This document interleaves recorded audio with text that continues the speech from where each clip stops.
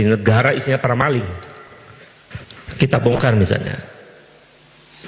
Proyek strategis nasional itu secara seluruhnya sepanjang kekuasaan Jokowi sampai awal Prabowo ini itu menghabiskan sekitar 1.515 triliun.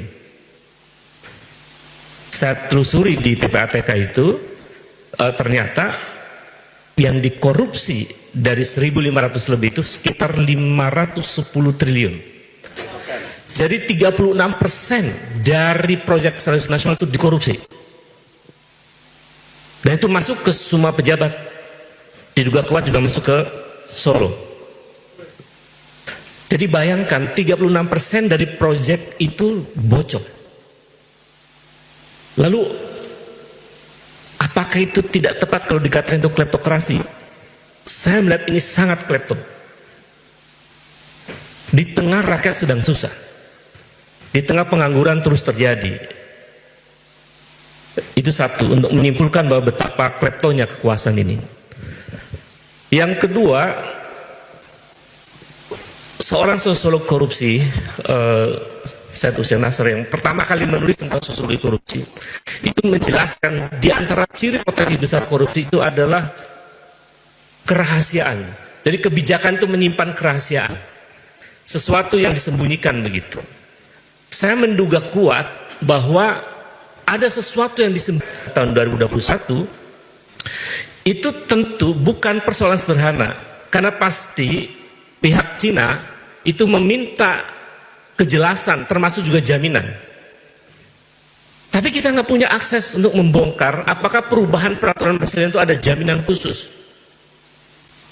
Dalam beberapa studi yang dilakukan oleh beberapa NGO Jerman, meneliti tentang sejumlah kontrak Cina dengan negara-negara Afrika dan Asia, itu ditemukan kontrak-kontrak tertentu yang rahasia itu, negara memberikan jaminan khusus kepada Cina itu dalam bentuk tanah misalnya. Kasus Sri Lanka itu ada jaminan 15.000 meter tanah, yang kemudian ketika Sri Lanka gagal mengembalikan utang, pelabuhan Hambantota di situ diambil alih oleh Tiongkok. Saya khawatir kita ada yang dijaminkan kepada pemerintah, atau kalau mereka atas nama China Development Bank ya, dan beberapa perusahaan kereta cepat Cina. Jaminan apa yang kita berikan kepada Tiongkok sehingga kemudian sampai kemudian merubah peraturan presiden oleh Presiden Jokowi itu? Saya khawatir jangan-jangan wilayah Halim itu sudah ada yang diagunkan, kira-kira begitu. Ini dugaan saya. Karena perubahan peraturan presiden itu. Kalau kemudian wilayah itu diagunkan, ya kalau kita nggak bisa bayar utangnya, terjebak dalam jebakan utang Cina itu, bisa jadi agunan itu diambil alih. Ada take over dalam pengelolaan kereta cepat dan seterusnya. Nah, itu yang kedua. Yang ketiga, pintu korupsi itu dalam kasus SWOS menurut saya itu terlihat dalam pertama markup pembiayaannya, yang per kilometer itu jauh beda dengan Cina. Kalau Cina kan di Shanghai ya, itu harganya sekitar 52 juta dolar. Di Indonesia sekitar 17 juta dolar ya. Di kebalik. Indonesia 52 juta dolar. Di kita, di Cina sekitar 17 sampai 18 juta dolar ya. Jadi jauh perbedaannya. Selisihnya hampir berapa itu? 2-3 kali. Ya 2-3 kali lipat. 300% gitu. Jadi harganya tidak rasional sejak awal gitu. Jadi pertama ada harga yang tidak rasional, kemudian perubahan dari B2B ke B2G dengan peraturan presiden, dan yang buat itu Joko Widodo.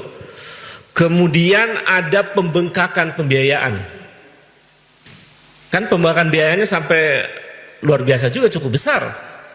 sekitar kalau ditriliunkan sekitar 20 triliun ya, Prof. Jadi angka yang sangat besar, kita 1,6 miliar dolar, jadi sekitar 20 triliun. Angka yang sangat besar. Itu juga tanda-tanda atau ruang atau pintu korupsi sebetulnya. Nah, semua itu kemudian kita punya hope kan, ketika kemudian Purbaya melontarkan nggak mau tanggung jawab soal utang di APBN, nggak mau bayarin itu dan seterusnya.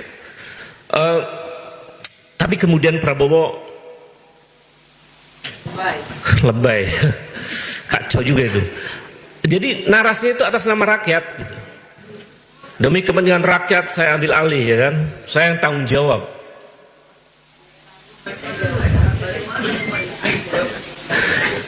Saya cermati narasi Prabowo ini, saya lagi menahan diri karena terlalu banyak kasus korupsi di Indonesia ini, rusak sekali Republik ini. Jadi Prabowo ini ada dalam sejarah Yunani itu, Plato kalau nggak salah ya, ini Bung Lukas saya kira paham. Plato pernah membuat satu teori politik selain demokrasi, itu ada namanya di bukunya yang disebut dengan Republik itu. Ada namanya timokrasi, dari kata timo dan krasi, jadi kekuasaan yang mengedepankan kehormatan dan kebanggaan-kebanggaan, dan itu cenderung militeristik. Jadi saya ambil alih itu sebutnya cara militeristik. Saya ambil alih untuk apa? Menutupi kesalahan-kesalahan itu atas nama rakyat. Saya kira Prabowo perlu ditegur keras, nggak apa-apa. Ini biar aja disiarkan. Perlu ditegur keras bahwa ketika Prabowo mengatakan atas nama rakyat dan itu berdampak menutupi kasus korupsi, Prabowo mesti tahu bahwa rakyat hari ini sedang menderita, bahwa rakyat hari ini susah mencari kerja, bahwa rakyat hari ini sedang kelaparan, bahwa ada 9,9 juta generasi Z nganggur. Lalu atas nama rakyat siapa? Kalau kemudian kasus yang begitu tanda-tandanya begitu terang kemudian diberhentikan dengan atas nama rakyat dan dia tanggung. Kalau ditanggung sama dirinya, tapi kita juga curiga uang dari mana Prabowo, ya kan? Uang dari mana? Itu nanggung utangnya, bunga utangnya, atau cuman yang kemarin kena tagihan jualan kuda kali? Atau jualan kudanya kan itu.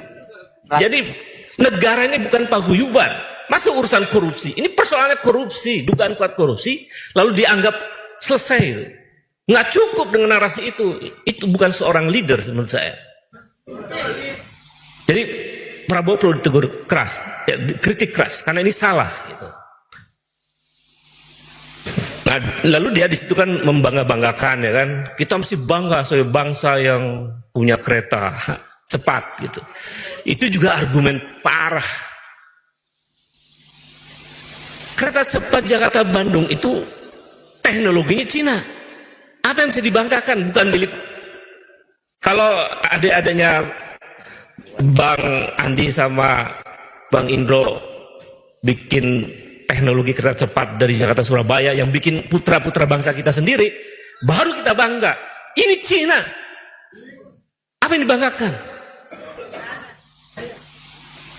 Jadi menurut saya salah. Nah, itu yang tadi saya sebut, Prabowo terjebak dalam timokrasi itu. Demi kebanggaan, tapi justru sebetulnya menyengsarakan rakyat.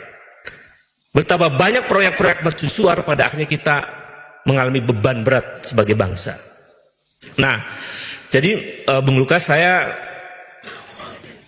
tidak, hampir sangat minim harapan saya pada KPK, tetapi ternyata kita sudah masuk ke episode yang cukup kompleks dalam bernegara ini, tetapi upaya untuk mempengaruhi situasi yang seperti ini, menurut saya harus terus dilakukan. Kalau ada juga pola-pola migrasi ya. Jadi kekuatan massa nampaknya akan menentukan seberapa besar perubahan akan terjadi di Indonesia. Karena saking rusaknya. Kalau Antonio Gramsci menyebutnya sebagai morbid symptom. Situasi yang sangat sakit negara ini, tapi tak kunjung datang harapan untuk sembuh. Maka pada posisi itu menurut saya gerakan rakyat, gerakan civil society menjadi sangat penting untuk melakukan perubahan besar di Republik ini. Terima kasih. Assalamualaikum warahmatullahi wabarakatuh. Ya, tepuk tangan.